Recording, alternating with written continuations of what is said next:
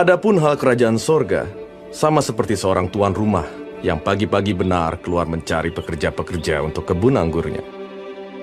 Setelah ia sepakat dengan pekerja-pekerja itu mengenai upah sedinar sehari, ia menyuruh mereka ke kebun anggurnya. Kira-kira pukul 9 pagi ia keluar pula, dan dilihatnya ada lagi orang-orang lain menganggur di pasar. Katanya kepada mereka, "Pergi jugalah kamu ke kebun anggurku, dan apa yang pantas akan kuberikan kepadamu." Dan mereka pun pergi. Kira-kira pukul 12 dan pukul 3 petang, ia keluar pula, dan melakukan sama seperti tadi. Kira-kira pukul 5 petang, ia keluar lagi, dan mendapati orang-orang lain pula. Lalu katanya kepada mereka, "Mengapa kamu menganggur saja di sini sepanjang hari?" Kata mereka kepadanya, "Karena tidak ada orang mengupah kami." Katanya kepada mereka, "Pergi jugalah kamu ke kebun anggurku." Ketiga hari malam, tuan itu berkata kepada mandornya, "Panggillah pekerja-pekerja itu dan bayarkan upah mereka, mulai dengan mereka yang masuk terakhir hingga mereka yang masuk terdahulu." Maka datanglah mereka yang mulai bekerja kira-kira pukul 5, dan mereka menerima masing-masing 1 dinar. Kemudian datanglah mereka yang masuk terdahulu. Sangkanya akan mendapat lebih banyak, tetapi mereka pun menerima masing-masing 1 dinar juga. Ketika mereka menerimanya, mereka bersungut-sungut kepada tuan itu. Katanya, "Mereka yang masuk terakhir ini hanya bekerja 1 jam, dan engkau menyamakan mereka dengan kami yang sehari suntuk bekerja berat dan menanggung panas terik matahari." Tetapi tuan itu menjawab seorang dari mereka, "Saudara, aku tidak berlaku tidak adil terhadap engkau. Bukankah kita telah sepakat sedinar sehari? Ambillah bagianmu dan pergilah. Aku mau memberikan kepada orang yang masuk terakhir ini, sama seperti kepadamu. Tidakkah aku bebas mempergunakan milikku menurut kehendak hatiku? Atau iri hatikah engkau karena aku murah hati?" Demikianlah orang yang terakhir akan menjadi yang terdahulu, dan yang terdahulu akan menjadi yang terakhir. Ketika Yesus akan pergi ke Yerusalem, ia memanggil ke-12 muridnya tersendiri dan berkata kepada mereka di tengah jalan, "Sekarang kita pergi ke Yerusalem, dan Anak Manusia akan diserahkan kepada imam-imam kepala dan ahli-ahli Taurat, dan mereka akan menjatuhi dia hukuman mati. Dan mereka akan menyerahkan dia kepada bangsa-bangsa yang tidak mengenal Allah, supaya ia diolok-olokkan, disesah, dan disalibkan. Dan pada hari ketiga, ia akan dibangkitkan." Maka datanglah ibu anak-anak Zebedeus serta anak-anaknya itu kepada Yesus, lalu sujud di hadapannya untuk meminta sesuatu kepadanya. Kata Yesus, "Apa yang kau kehendaki?" Jawabnya, "Berilah perintah, supaya kedua anakku ini boleh duduk kelak di dalam kerajaan-Mu, yang seorang di sebelah kanan-Mu, dan yang seorang lagi di sebelah kiri-Mu." Tetapi Yesus menjawab, katanya, "Kamu tidak tahu apa yang kamu minta. Dapatkah kamu meminum cawan yang harus kuminum?" Kata mereka kepadanya, "Kami dapat." Yesus berkata kepada mereka, "Cawanku memang akan kamu minum, tetapi hal duduk di sebelah kananku atau di sebelah kiriku, aku tidak berhak memberikannya. Itu akan diberikan kepada orang-orang bagi siapa Bapakku telah menyediakannya." Mendengar itu, marahlah ke-10 murid yang lain kepada kedua saudara itu. Tetapi Yesus memanggil mereka, lalu berkata, "Kamu tahu bahwa pemerintah-pemerintah bangsa-bangsa memerintah rakyatnya dengan tangan besi, dan pembesar-pembesar menjalankan kuasanya dengan keras atas mereka.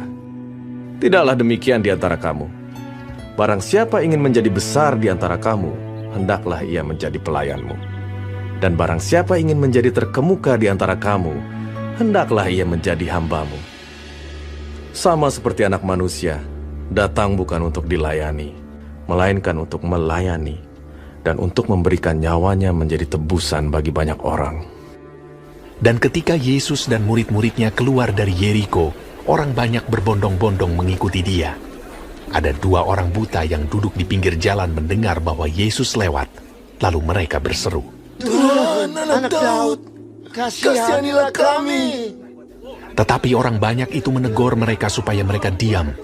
Namun mereka makin keras berseru, katanya, "Tuhan, Anak Daud, Kasihanilah kami. Lalu Yesus berhenti dan memanggil mereka. Ia berkata, Apa yang kamu kehendaki supaya aku perbuat bagimu? jawab mereka, Tuhan, supaya mata kami dapat melihat. maka tergeraklah hati Yesus oleh belas kasihan, lalu ia menjamah mata mereka. Dan seketika itu juga mereka melihat, lalu mengikuti dia.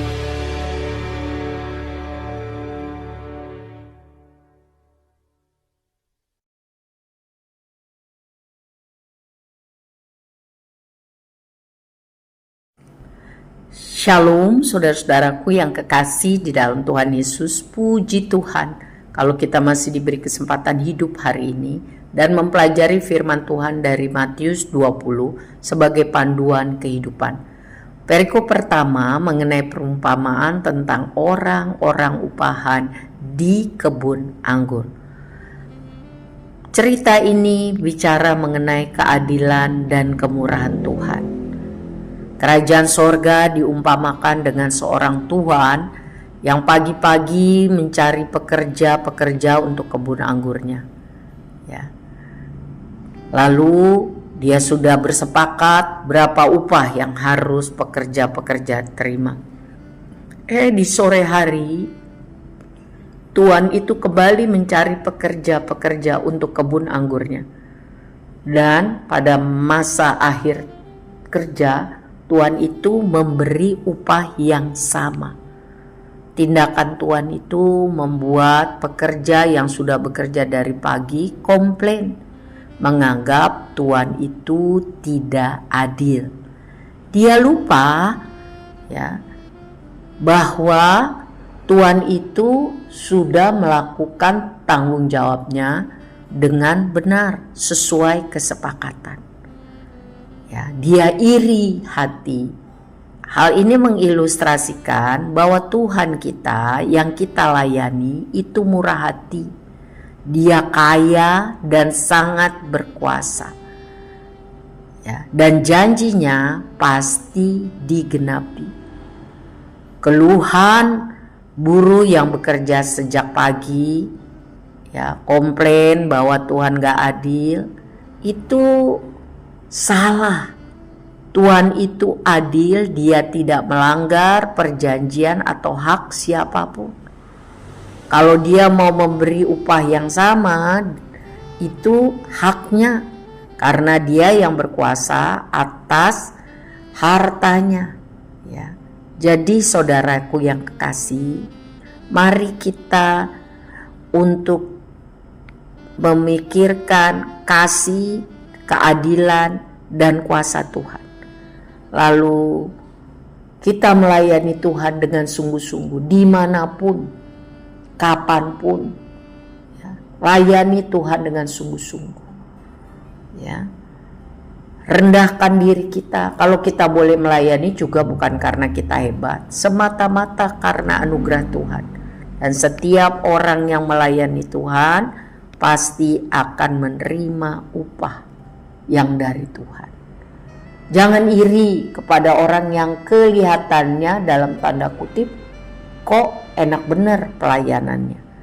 Mari kita melayani Tuhan dengan segenap hati, bukan karena upah, tetapi karena rasa syukur dan terima kasih untuk kemurahan Tuhan yang berlaku dalam hidup kita.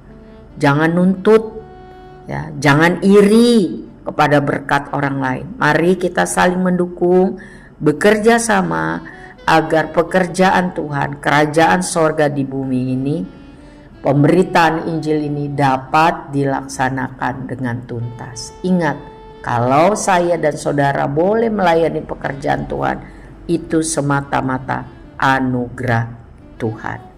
Tuhan itu baik, dia adil, dia berkuasa. Selanjutnya mengenai pemberitaan ketiga tentang penderitaan Kristus, pemberitahuan ketiga. Yesus pergi ke Yerusalem, ia memanggil ke-12 muridnya. Dia khusus bicara kepada mereka di tengah jalan bahwa mereka akan pergi ke Yerusalem dan ia, anak manusia itu, akan diserahkan kepada imam-imam kepala, ahli-ahli Taurat dan mereka akan menjatuhi dia hukuman mati. Ya.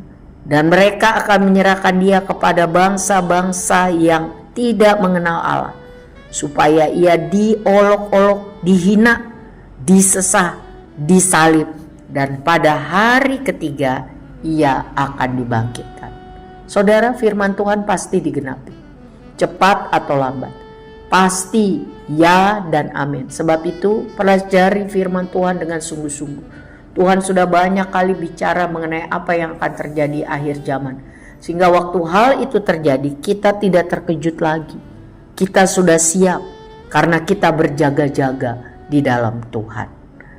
Amin. Selanjutnya mengenai permintaan Ibu Yakobus dan Yohanes, ya, bukan memerintah melainkan melayani.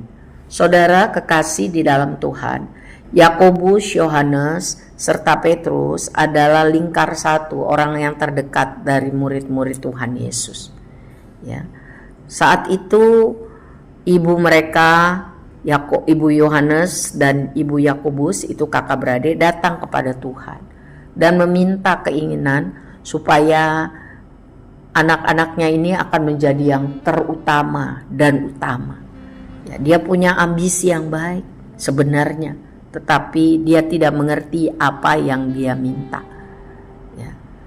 Untuk menjadi murid Tuhan, untuk setia sampai akhir, itu harus siap untuk menyangkal diri, memikul salib, dan mengikut dia sampai mati. Ya. Ibu itu tidak mengerti, dia punya ambisi, sebenarnya baik, tapi dia tidak tahu apa yang dia minta.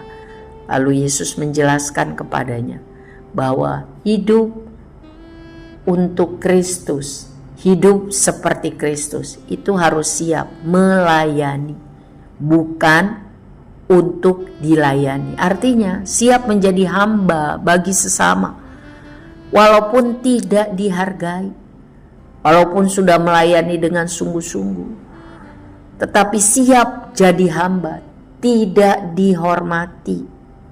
Sebab itu milikilah motivasi yang benar, tidak terjebak untuk dihargai, dihormati, dilayani, tapi seperti Kristus, teladan Yesus yang sempurna. Sikap hati kita harus rendah hati, siap melayani, demi Tuhan dipermuliakan. Saya tahu ini tidak mudah, tetapi mari kita memberi diri untuk diproses Tuhan setiap hari, supaya hidup kita menjadi surat yang terbuka bagi semua orang, bisa dibaca bahwa kita benar-benar hambanya Tuhan.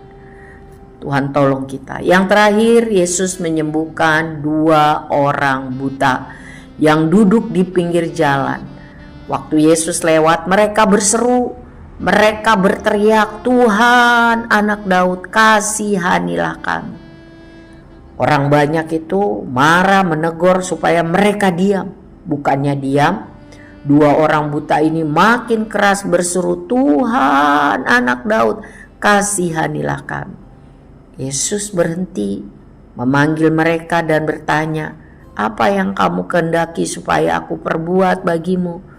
Lalu mereka bilang, "Tuhan, tolong supaya kami bisa melihat."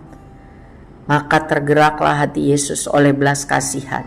Lalu ia menjamah mata mereka, dan seketika itu juga mereka melihat. Lalu mereka menjadi pengikut Yesus. Saudara, yang buat mujizat itu hanya Tuhan.